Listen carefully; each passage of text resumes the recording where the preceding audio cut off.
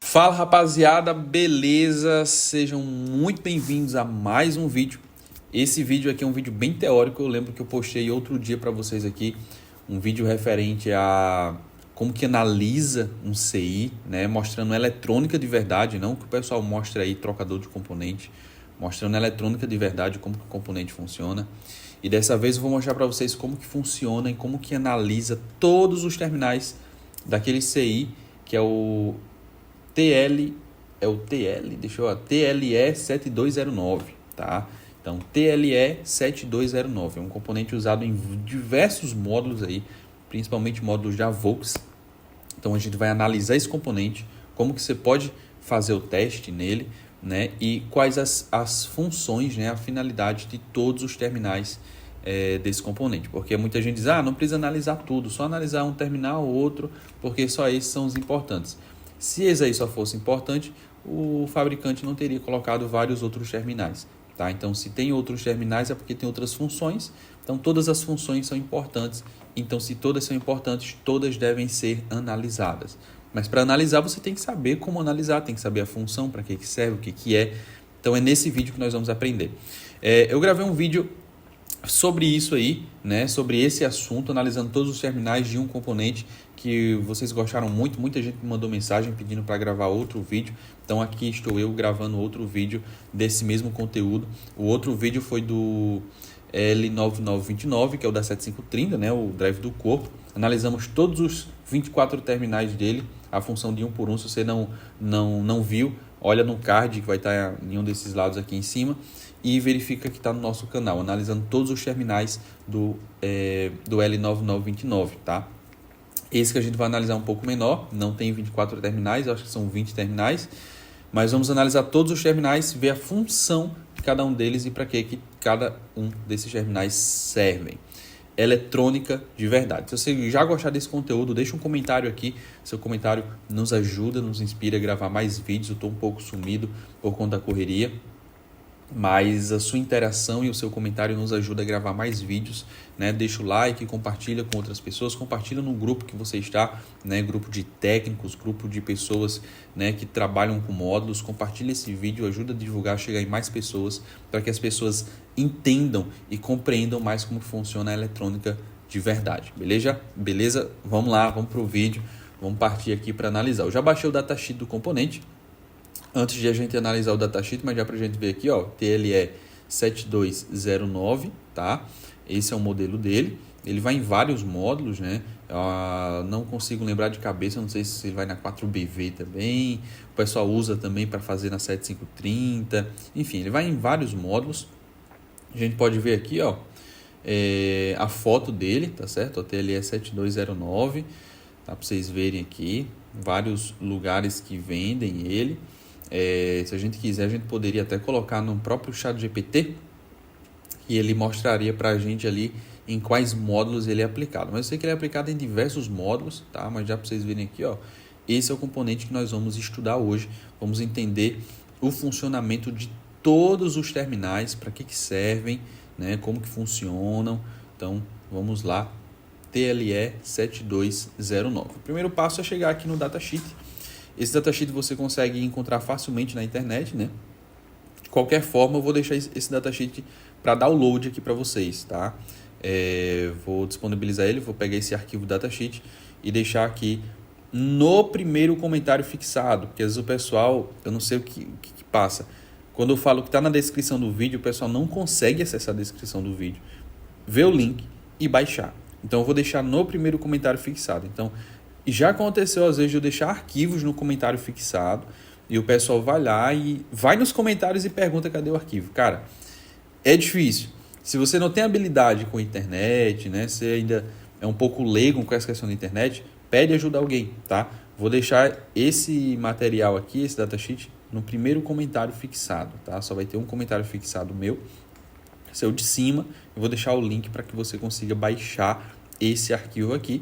E se você quiser, já dá um pause no vídeo, baixa o arquivo e analisa o componente juntamente com a gente aqui, beleza? Então vamos lá.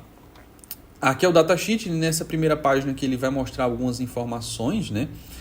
Ele já mostra aqui que esse componente ele trabalha de 5 até 28 volts, ou seja, a partir de 5 volts ele já pode ali estar em funcionamento e ele funciona em uma tensão até 28 volts, né? Aqui a tensão de operação, né? A tensão de alimentação que ele opera é de 5 volts até 28 volts. Então, para um componente desse queimar por uma sobretensão, né, para uma tensão elevada, então tem que estar acima de 28 volts para que tenha esse risco dele danificar. Ele vai trazer outras informações aqui, mas que para a gente, por enquanto, não são importantes, mas que são úteis, né, dependendo do que a gente for analisar. A gente descendo um pouco mais embaixo, a gente vai chegar naquilo que a gente procura, né, que é justamente aqui o protocolo de pinagem, né? Ele mostra aqui para a gente, ó, toda a pinagem, o esquema de pinagem desse componente. Dá para a gente ver que ele tem 20 terminais, aqui ó, 20 terminais, beleza? E aí a gente vai ter do 1, né, 10 terminais de um lado, 10 terminais do outro. Ele me diz aqui que na parte de baixo, né, toda essa parte de baixo do CI, ela é conectada ao terra, ó, conectada ao GND. Para quem não sabe, GND é a abreviação para ground, né? E ground é terra, tá certo? É o aterramento do CI, é o aterramento ali. Então, isso aqui vai estar juntamente com o aterramento do módulo. Então, ele está ligado ao terra. Então, a gente, quando for remover esse componente ali, trocar, já sabe que embaixo ele vai ter essa chapa, né, de solda no módulo, que muita gente fala que serve para dissipação de calor. Eu não tenho essa informação. Eu não vejo isso no datasheet, né? Mas ele me informa aqui que é aterramento. Isso eu posso afirmar porque é o que está escrito aqui no datasheet, tá? Então, para aterramento. Então, vamos analisar aqui. Então, tudo que tiver GND, você vai saber que é aterramento, tá? Então, por exemplo, pino 1, GND, terra, tá? Deixa eu ver se eu consigo achar uma canetinha aqui. Eu acho que ele tem uma canetinha aqui que eu consigo trabalhar melhor com a caneta. Então, por exemplo, tudo que tiver aqui, deixa eu pegar um vermelho, né? Pegar um verde. Então, ó, tudo que tiver GND significa que é aterramento. Então, a gente já vai eliminar pino 1, por exemplo, ó, GND. Então, a gente já sabe que é aterramento. Pino 20, GND. Então, aqui já é terra também. Pino 10 também é aterramento. E pino 11 também é aterramento, tá? Então, a gente de cara já vê que esses 4 terminais, pino 1, 20, 11 e 10, eles devem estar dando continuidade com o aterramento do módulo. E aqui no meio também, né? Aqui no meio, ó, GND. Então, eles devem estar dando continuidade com o aterramento do módulo. Se você pegar o multímetro, bater continuidade, né, a terra ponteira preta em qualquer outra terra do módulo, em um capacitor, por exemplo, e vier fazer a continuidade com esses terminais aqui e eles não derem continuidade, por exemplo, o pino 10 não der continuidade com o terra, então você tem um problema de uma trilha rompida, por exemplo, né? E aí você pode fazer um jump de qualquer terra do módulo, porque o terra é interligado para esse terra daqui, né? O componente ele precisa de todos os aterramentos para funcionar. Muita gente diz, é um terminalzinho de terra que rompeu, não precisa refazer. Precisa, tá? Por quê? Porque o componente ele funciona por blocos. Então, por exemplo, você vai ter um componente aqui, ó, e aí vamos supor que você tem um terra aqui, eu vou colocar um T, né, de terra. Então, você tem outro terra aqui, tem outro terra aqui, tem outro terra aqui. Ficou parecendo um sinal de positivo, né? Mas finjam que é um terra, tá? Então, vamos supor que a gente tem um bloco A, B, C e D. No meu bloco A, eu tenho 2 terras. No meu bloco B, tenho 2 terras. Ficou parecendo mais de positivo, mas é só uma ilustração para você entender. Finja que isso aqui é um T de terra. No meu bloco D eu tenho 1 terra, no meu bloco C eu tenho mais 1 terra. No meu bloco A e B, se um terra desse romper, eu tenho um outro ainda. Mas no meu bloco C e D eu só tenho 1 terra. Tá? Então, se esse aterramento romper, o meu bloco ele fica inoperante, porque o terra é a referência. Eu tenho que ter o terra. É igual você pegar uma fonte de bancada e tentar alimentar um módulo sem ligar o aterramento. Não funciona. Porque o aterramento é a referência. Sem o aterramento não tem como funcionar. Então, esse meu bloco aqui vai entrar em proteção. E a maioria dos componentes dos CIs, né? O que é um CI? CI é a abreviação para circuito integrado, que ele vai executar várias funções. Dentro dele tem vários circuitos que executam várias funções.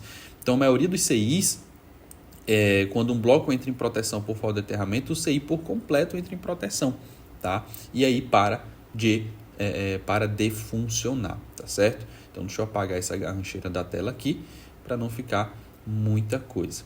Então, vamos voltar aqui para a caneta. Então, a gente já sabemos a função de 4 terminais dos 20. Vamos verificar os outros 16. Nós temos aqui a alimentação. Vou pegar em vermelho aqui, ó. Onde você vê nesses componentes aqui VS, normalmente vai ser a alimentação, tá? Então, ó, VS, ó, a alimentação do componente é aqui, tá certo?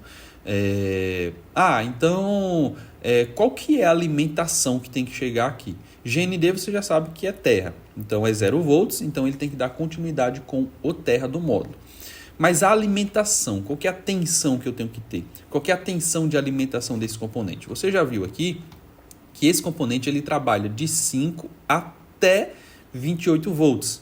Então, de 5 até 28, tem muita coisa. Tá? Tem 6, 7, 8, 9, 10, 11, 12, 13, 20, 22, tem muita coisa. Então, qual que é a tensão que esse componente vai trabalhar? Se ele pode trabalhar de 5 até 28. É só você pensar. Qual que é a tensão de alimentação do módulo? O módulo ele recebe uma alimentação e envia outra, né? Só que ele envia 5 volts para os sensores, aí é outra situação. Mas o módulo, para poder funcionar, ele recebe uma alimentação. Quanto que é essa alimentação que o módulo recebe? 12 volts. Batata. Então, justamente, é a alimentação que vai chegar no meu CI, porque é a alimentação que o meu módulo recebe. Então, esse meu CI ele vai receber nos pinos 16, 4 e 5 e 16, 12 volts, que é a tensão da bateria, né?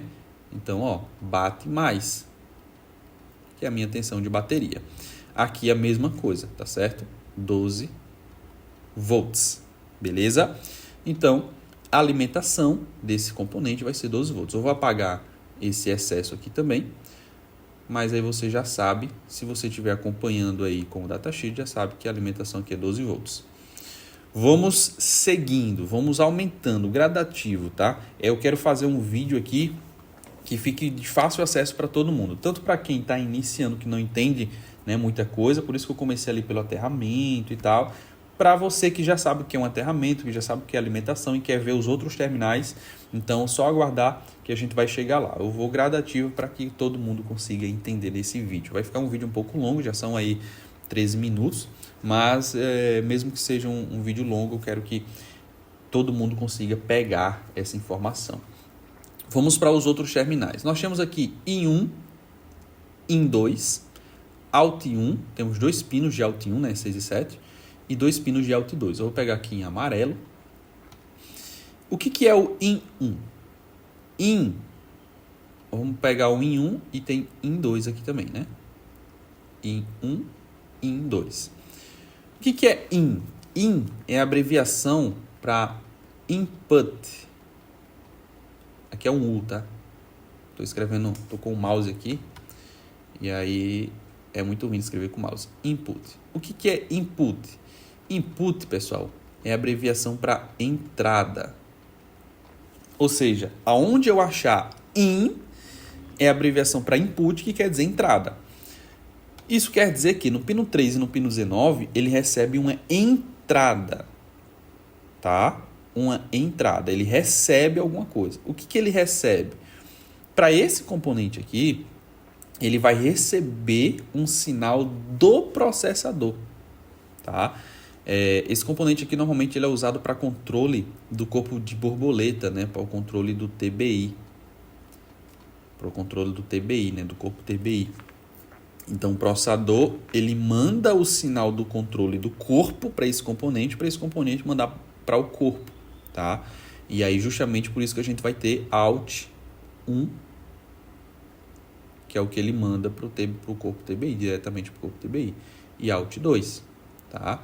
Ou seja, ele recebe do processador, tá certo? O processador envia a informação para controle do corpo no IN1 e IN2, e no Alt 1 e Alt 2 ele envia para o TBI, tá certo? Ah, mas por que o processador não manda direto para o TBI? Tem que passar por esse componente. Simples e fácil. Por quê?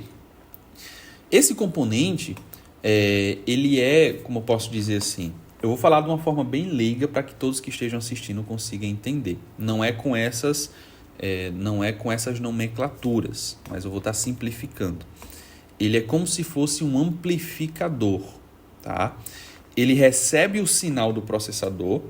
Esse sinal aqui você tem que medir com um osciloscópio, tá? Se for medir com um multímetro, vai ser só em forma de tensão. Então, você tem que... Aqui eu dou cursos presenciais, né? Para quem me acompanha no Instagram sabe. E aqui eu sempre enfatizo a importância do osciloscópio. O osciloscópio vê o que o multímetro não vê, tá? O osciloscópio você consegue capturar aquilo que o multímetro não consegue. Então, o osciloscópio é uma ferramenta extremamente importante, tá? É indispensável o uso do osciloscópio na bancada. Então, esses sinais aqui você tem que ver com o osciloscópio, porque às vezes ele recebe tensão, que é alimentação, mas não tem protocolo, não tem dados, não tem comunicação. Então, mede isso aqui com o osciloscópio. O processador ele envia um sinal para controle, no caso são dois, né? Em dois, envia 2 sinais para controle do TBI. E esse sinal que sai do processador, ele é em 5 volts. Por quê? Porque o processador trabalha com 5 volts. O processador nunca vai enviar um sinal de 12 volts, tá? Por quê? Porque ele não trabalha com 12 volts. Se você injetar 12 volts no processador, ele queima. E o corpo TBI, ele precisa receber esse sinal em 12 volts. Então, o que esse componente vai fazer? Ele vai amplificar. Ele vai pegar o sinal do processador que o processador enviou em 5 volts, porque o processador só trabalha com 5 volts. Vai receber em 5 volts, tá? Esse mesmo sinal, a única coisa que ele vai fazer vai ser amplificar para 12, converter para 12, aumentar essa tensão de 5 para 12, mas continua o mesmo sinal de controle do TBI, ele não altera o sinal, ele não gera sinal, ele só serve como uma ponte para receber do processador e mandar para o TBI, com a diferença de que ele recebe 5 volts e manda em 12 volts, tá? Então eu vou botar aqui, ó, em laranja, ele recebe em 5 volts, 5 volts, e envia em 12 volts. Beleza? Mas o sinal é o mesmo. Ele não tem a capacidade de gerar o sinal do corpo TBI. É o que muita gente pensa, né? Ele não gera o sinal para controle do corpo. Isso quem faz é o processador. Porque é o processador ali que está trabalhando com o sistema de injeção. É o processador que sabe o momento que o TBI vai abrir, de acordo com a posição, né, do pedal. Enfim, é o processador quem tem essas informações. Então, é ele quem controla. Então, ele só recebe a informação do processador em 5 volts, que é a tensão que o processador trabalha, e esse mesmo sinal de controle do TBI, ele só amplifica para 12 volts e manda direto para o TBI, tá? Então, esse Alt 1, pino 6 e 7, e Alt 2, pino 14 e 15, ele está ligado direto nos conectorzinhos de bocal que vai para o TBI. Beleza? Espero que tenha ficado claro essa situação aí. Vamos apagar esse excesso. Vamos apagar aqui. E vamos seguir para os próximos terminais. Então, beleza. Já vimos aqui que ele recebe informações do processador e envia, apenas aumentando a tensão. Vamos ver os outros terminais. Nós temos aqui outra coisa importante. Isso aqui é já quando ele está funcionando, tá? Mas antes desse componente funcionar, ele precisa de algo extremamente importante. Eu vou pegar aqui com um verde também, que é a questão do enable, tá? Enable. O que é enable, pessoal? Enable é abreviação para habilitação. EN, né? No caso ele está aqui como EN. EN, EN é a abreviação para enable. Enable, né? Se escreve, mas é enable, que é habilitação. Habilitação. Tá feio? Lembre que eu estou escrevendo com o mouse, por isso que vai ficar a letra feia mesmo. Ou ativação. Então, aqui ficou parecendo um E. Então, habilitação ou ativação, tá certo? Enable. Então, sempre que você vê essa abreviação enable, ela vai estar significando que é a habilitação ou a ativação do componente. Para que isso serve? Se você pegar um módulo que não está funcionando a questão do corpo de borboleta, do TBI, e você tem um componente como esse, um TLS 7209, e você só ser um trocador de componente, não analisar, e você trocar o componente e o defeito for falta de habilitação, você pode botar 10, 15, 20, quantos componentes você quiser, não vai funcionar. Aqui eu recebo muitos módulos e muitos deles já foram mexidos. E o pessoal é muito trocador de componente, né? Tem muito disso, o pessoal é muito trocador de componente. E nisso que o pessoal é trocador de componente, eles não sabem analisar. Não funciona o TBI, troca o componente do TBI. Né? Só vai lá e troca. Não, troca. Troca. E nisso, se for ele com problema, beleza, vai resolver. Mas se não for, se for algum outro defeito, acabou. O cara não sabe fazer mais nada. O cara não sabe baixar um datasheet, analisar, fazer a análise que a gente está fazendo aqui agora. O cara não sabe, entendeu? Então, eu já peguei muitos módulos que condenaram por conta que estava com falha no TBI. O cara já tinha trocado componentes, não funcionou, e quando eu cheguei aqui é falha de habilitação. O componente não recebe habilitação. O que é habilitação? Você pode até saber dirigir carro, mas se você não tiver a CNH, a carteira de habilitação, você não pode dirigir, tá? Então você pode até saber, mas sem habilitação você não vai, porque não pode. Mesma coisa aqui, o componente pode até receber, né, em 1 e em 2 do processador para poder amplificar a tensão e mandar para o TBI. Mas se ele não tiver habilitado, ele não faz isso. Ele precisa estar habilitado, tá? Se a gente fosse analisar em ordem, primeira coisa seria aterramento, segunda coisa alimentação. E o terceiro seria essa habilitação, tá? Porque ele não vai funcionar, ele não vai mandar esse sinal que ele recebe do processador, ele mandar para o TBI se ele não tiver habilitado a fazer isso. Essa habilitação é a ativação dele. Quando ele recebe essa ativação, que ela inclusive é até, botar aqui, ó, 5 volts, tá? Ela recebe isso aqui em 5 volts. Então, se ele não tiver essa habilitação de 5 volts chegando, ele não funciona. É uma ativação. Ele tá ali, ó, tô alimentado, tô aterrado, né? Tô recebendo em 1 e em 2. Mas eu não estou ativado a funcionar, eu não estou com permissão para funcionar. Esse enable é como se fosse uma permissão. E aí, quando chega esse enable, que é essa tensão de 5 volts, aí eles, opa, minha permissão chegou. Estou com a CNH, agora eu posso funcionar. Aí ele manda Alt 1 e Alt 2. Entendeu? Então ele precisa necessariamente que esse enable esteja. É obrigatório. Se não tiver enable, ele não funciona. Se tiver uma trilha rompida no enable, se o componente que manda o enable, porque vai depender de módulo para módulo, né? Mas se o componente que manda para o enable aqui não estiver mandando, se não estiver chegando 5 volts aqui, ou se estiver chegando com ripple, para quem é aluno sabe o que é ripple, não vai funcionar. Ele não vai funcionar. Você pode ser um trocador de componente aqui, um Zezinho da esquina que pega aqui, vai trocar, vai botar outro, pega de um módulo funcionando e bota, você não vai conseguir consertar sem saber analisar, sem saber eletrônica de verdade, tá? Então vai lá, verifica o terminal de enable. Não tem 5 volts? Achou o defeito. Verifica se esse terminal está em curto, né? Porque se o enable estiver em curto, não o CI, né? Mas a linha, porque cada terminal desse vai para outros lugares do módulo. Então, se você pega um terminal desse que está em curto, não necessariamente vai ser o componente em curto. Pode ser outro componente que está ligado nesse mesmo terminal. Então, por exemplo, se você pegar um componente como esse, que o pino 13, né, que é o enable, está em curto, não quer dizer que é o 7209 que está em curto. Pode ser outro componente que manda esse enable que entrou em curto. E aí a linha inteira ficou em curto. Tá? Então, verifica se está em curto. Se estiver em curto, vai matar realmente essa tensão aí de enable e não vai funcionar, porque se aterrou, não vai ser 0 volts.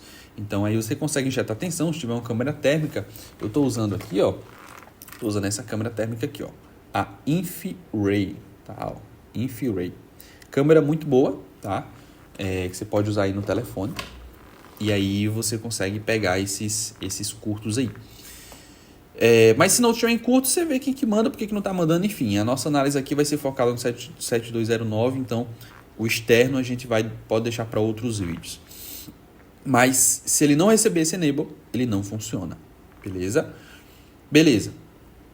De igual modo, né, inversamente desse funcionamento, nós temos o this. O que é o this? O this é justamente o contrário do enable. Vai ser o disable. Se o enable tem que chegar a uma tensão de 5 volts para poder funcionar, o disable, coloque na sua mente que é o contrário. Ele tem que estar 0 volts para poder funcionar. Se chegar a 5 volts, o CI morre. Então, vou botar aqui, 0 volts. O que é o disable? O disable é um terminal de proteção. Enquanto o de enable é uma habilitação, ou seja, tem que chegar a esses 5 volts para o meu componente funcionar. Se não tiver esses 5 volts, o meu componente não funciona. Ok? Eu acredito que isso aí já ficou claro para todo mundo. Então, chegou 5 volts. Meu componente ele tem tudo para funcionar porque ele já tem habilitação. Porém, tem um porém. O this, que é o pino 18, é o disable, né? Disable. Vou colocar aqui, Disable, que é a desabilitação. Ele serve como proteção. Então, se ele tiver em 0 volts e o meu componente recebeu 5 volts, no enable, show, vai funcionar. Mas mesmo que eu tenha 5 volts no enable, ou seja, mesmo que o meu enable esteja ok, esteja chegando em 5 volts, se o meu disable tiver em 5 volts, o meu componente não funciona. Tá? Não funciona. Por quê? Porque o disable ele tem que estar em 0 volts. Existe uma situação que eu falo muito aqui nos cursos, que é nível lógico alto e nível lógico baixo. Nível lógico alto, que é Active High, e nível lógico baixo, que é Active Low. Existem duas situações na eletrônica. Existe a situação em que o funcionamento correto é Active High, ou seja, para estar funcionando 100% tem que estar a nível lógico alto. E esse nível lógico alto é ter alguma tensão. Por exemplo, o enable. O enable ele só funciona em nível lógico alto, ou seja, ele só funciona com 5 volts ali. Se tiver 5 volts, quer dizer que o enable está ok. Isso serve, por exemplo, para uma tensão de alimentação. Né? A alimentação ali do 12 volts é Active High. Para poder estar funcionando, a gente sabe que para aquela tensão ali para aquele terminal estar ok, ele tem que receber esses 12 volts de alimentação. Então seria um terminal ali que trabalha em Active High, né? Em nível lógico alto. Ele é ativado em nível lógico alto. Ou seja, esse componente aqui, o enable, é ativado em nível lógico alto, que vai ser 5 volts. Já o disable, ele é Active Low. Active Low, ele é ativado em nível lógico baixo. Nível lógico baixo é 0 volts. Tá? Então, para ele estar funcionando, o disable, como ele é Active Low, normalmente o Active Low ele é representado pelo jogo da velha. Tá? Então, ele não colocou aqui no datasheet, mas já fica de informação para vocês aí. Normalmente, quando é um componente, né, que tem um terminal Active Low, ele vai ter um jogo da velha que vai representar que ele é ativado em nível lógico baixo. Ou seja, se tiver alguma tensão, o CI inteiro entra em proteção e ele não funciona. Tá? Você pode fazer um teste na sua casa aí, injeta 5 volts nesse disable e vê se o TBI vai funcionar. Eu já peguei módulos que tinha alimentação normal, tinha aterramento normal, tinha enable normal, chegando 5 volts, né? Mas o disable também estava em 5 volts. E o disable é Active Low, ele tem que estar em 0 volts. Tá? Ele não pode estar em 5 volts. Então, às vezes o processador, por exemplo, que se eu não me engano quem manda esse sinal é o processador, mas o processador identifica algum problema, tá? Ele identifica algum problema, e aí para poder matar esse problema, para poder fazer com que ele não crie um problema maior, ele manda esse sinal de 5 volts para o disable, e aí quando o disable recebe, ele está adormecido, né? Ele em 0 volts ele está como se fosse adormecido, e aí quando ele recebe esses 5 volts, ele acorda. Aí quando ele acorda, ele executa a função dele. Qual é a função dele? Disable, desabilitar. Aí ele vai e desabilita o componente por inteiro, como se fosse uma chave. Quando ele recebe os 5 volts, ele desliga o componente, beleza? Então ele tem que estar sempre adormecido ali, tem que estar em 0 volts. Então se você tiver o disable em 0 volts e o Enable em 5, ele tem tudo para funcionar, né? Juntamente com as outras coisas que a gente viu, receber em 1 e em 2, que vem do processador, medir com osciloscópio, os aterramentos estarem ok, as alimentações estarem ok, aí ele manda Out 1 e Out 2. Mas se ele tiver Disable em 0 e Enable em 0, não vai porque Enable tem que estar em 5. Se tiver Enable em 5 e Disable em 5, não vai porque Disable tem que estar em 0, tá? Então, Enable é Active High, ele é ativado em nível lógico alto, e Disable Active Low, ele é ativado em nível lógico baixo, beleza? Espero que tenha ficado claro para vocês aí essa questão do Enable e do Disable. Vamos para os outros terminais aqui. O vídeo já está ficando bem grande já, né? Mais de 30 minutos. Então vamos lá. Esse vídeo não pode ficar muito grande porque aqui não é um curso. Aqui é só um vídeo para o YouTube. Se você tiver interesse em aprender eletrônica de verdade, como que analisa de verdade, aí você tem que vir fazer um curso. Vamos lá. Então, eu acredito que já ficou claro Enable e Disable o funcionamento. Vamos agora para o funcionamento do... Só sobrou aqui protocolo SPI, tá? Que, na verdade, nesse módulo eu acredito que não é utilizado. Eu vou pegar o azul. Eu acredito que nesse módulo não é utilizado o protocolo SPI, com exceção aqui do clock. Mas os outros eu acredito que não é usado. Então, a gente poderia até... alguns CIs que não usam o protocolo SPI, eles aterram, tá? Então, por exemplo, aqui a gente tem um GND no pino 10, pino 8 e 9 faz parte do protocolo SPI. Se você não sabe o que é protocolo SPI, eu tenho um vídeo aqui no canal, né, sobre protocolo de comunicação, que eu explico sobre protocolo SPI, protocolo I2C, eu acho que não sei se eu explico mais algum outro protocolo, acho que eu explico I2S, eu não lembro, mas enfim. Mas esse SPI eu tenho aqui no canal explicando. SPI e I2C são os mais utilizados, o funcionamento deles. Então, se você não sabe do que eu estou falando, que é protocolo SPI, que os módulos utilizam, né? Por exemplo, SOIC, né? A SOIC do imobilizador, que é um EEPROM, ela se comunica com o processador, diretamente com o processador via protocolo SPI.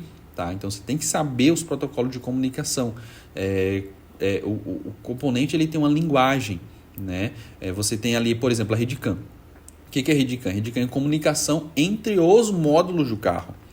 Entre os módulos. Só que o módulo de injeção, internamente, tem os seus componentes que precisam também se comunicar. E a comunicação interna não é RedCam, né? É protocolo SPI e I2C. Tá? Então, você precisa entender esses protocolos. Não é assunto do vídeo agora, tá? Não é assunto desse vídeo, até porque já está muito grande, passou 30 minutos, que não era a minha intenção passar 30 minutos esse vídeo, mas já passou, então não vou falar sobre protocolo SPI, não é o assunto do vídeo e também já tem vídeo gravado aqui no canal que você pode dar uma olhada aí. Vou tentar deixar aqui no card. Então vamos lá. Protocolo SPI, né? Nós temos aqui o SDO e SDI. O que é SDO e SDI? SDO, Serial Data Output. E SDI, Serial Data Input, tá? Ou seja, aqui são dados que vão, Serial Data Output, né, saída, e Serial Data Input, dados que vêm, dados que chegam. Lembrando que essa é a função, tá? Pode ser que em alguns módulos, ou todos, eu não lembro de cabeça, mas se esse protocolo SPI não for utilizado, tá? Eles podem, por exemplo, aterrar. Então, eles ligam esses terminais aqui ao terra. Isso aí você vê na própria trilha da placa do módulo, tá? Eles aterram porque não é utilizado. Ou eles aterram ou eles simplesmente não ligam a lugar nenhum, tá? Não liga a lugar nenhum. Das duas, uma. Ou eles aterram ou não ligam a lugar nenhum. Por que eu estou dizendo isso? Porque esse componente ele só faz uma função de ponte. Tá? A única função dele é receber do processador e enviar o mesmo sinal, só que agora em 12 volts. Que ele recebe 5 e envia o mesmo sinal, só que agora em 12 volts. Então, o que normalmente esse componente faz, por isso que ele não utiliza o protocolo SPI. Ele não precisa manter uma comunicação com o processador. Ele só recebe e envia, né? Ele precisa do Enable em nível alto e Disable em nível baixo. Alimentação e aterramento ok, pronto, ele recebe e envia. Então, eu não tenho certeza se esse protocolo SPI é utilizado nesse componente, mas essa é a função desses terminais, tá? SDO, Serial Data Output, onde ele envia a informação, em teoria, para o processador, e Serial Data Input, ele recebe informação, em teoria, do processador, que é o mestre ali dele, né? Que é o processador, é um mestre aí que vai controlar, e ele é um escravo. Nós temos o DMS, que também faz parte do protocolo SPI, que é... Eu não lembro a fundo ali a abreviação, mas é como se fosse uma atenção para o modo de diagnóstico do protocolo SPI, tá? Nós temos o CSN. CSN, ele pode aparecer também como, por exemplo, SS, que vai ser a mesma coisa, né? CS, que vai ser Chip Select, né? Que é para o protocolo SPI a seleção do escravo, onde o mestre seleciona o escravo, né? Então ele seleciona o escravo. Ou SS, né? Que é Slave Select, né? Que é seleção do escravo. Então CS ou CSN, né? Como está ali, o N eu não sei o que é, mas é Chip Select, ou SS, que é Slave Select, né? Que é a seleção do escravo, é a mesma coisa. Em alguns CIs que trabalham com o protocolo SPI vai estar CS e outros vai estar SS, mas você vai saber que é a mesma coisa, tá? E o nosso clock, que também faz parte do protocolo SPI, até porque o protocolo SPI é um protocolo síncrono, ou seja, ele é um protocolo que precisa trabalhar sincronizado. Então, todo o protocolo síncrono, que precisa dessa sincronização, ele obrigatoriamente tem que ter o clock. Já o clock, ele é utilizado, né? Ele é ligado diretamente ao processador. Então aí, eu vou explicar para vocês somente em questão do clock, porque tem muita gente que não entende. Não, vou deixar o clock para outro vídeo. Eu ia explicar agora, mas já vai bater quase 40 minutos de vídeo. Então vou deixar para explicar o clock em outro vídeo, senão vai ficar aqui um negócio muito grande. O engajamento vai lá para baixo e aí pronto. Meu canal já não indica para ninguém. E aí com o engajamento baixo já era. Então, vou deixar para explicar. Se você tem interesse em saber como que funciona o clock, né? O clock ele é gerado pelo cristal, né? O cristal ele só gera para mestre. Então, por exemplo, você tem um processador e você vai ter como o processador é um mestre, né? Ele vai ter um cristal ligado a ele. Normalmente um cristal de 8 MHz ou um cristal de 4, né? Para processadores auxiliares. Então, normalmente, tá? Estou dando exemplos. Mas pode ser 9, enfim. Então, um cristal ligado ao processador, que é o mestre. E aí, por exemplo, o processador vai se comunicar com esse carinha aqui, com 7209. E aí ele pega esse clock base que ele recebe do cristal e ele manda um clock específico para esse componente. Porque ele não precisa mandar 8 MHz para ele, né? Ele pega o clock que ele recebe do cristal, regula o clock que ele quiser e manda um clock para esse carinha. E o próprio processador manda o clock para ele. E se você quiser saber a função do clock, para que o clock serve, para que um cristal serve na placa, qual a função do cristal, qual a função do terminal de clock dos componentes, qual é a finalidade, para que finalidade o processador manda clock para os componentes, né? Se quiser saber essa informação, se chegou até o final e quiser esse vídeo, então manda aí, pode deixar nos comentários.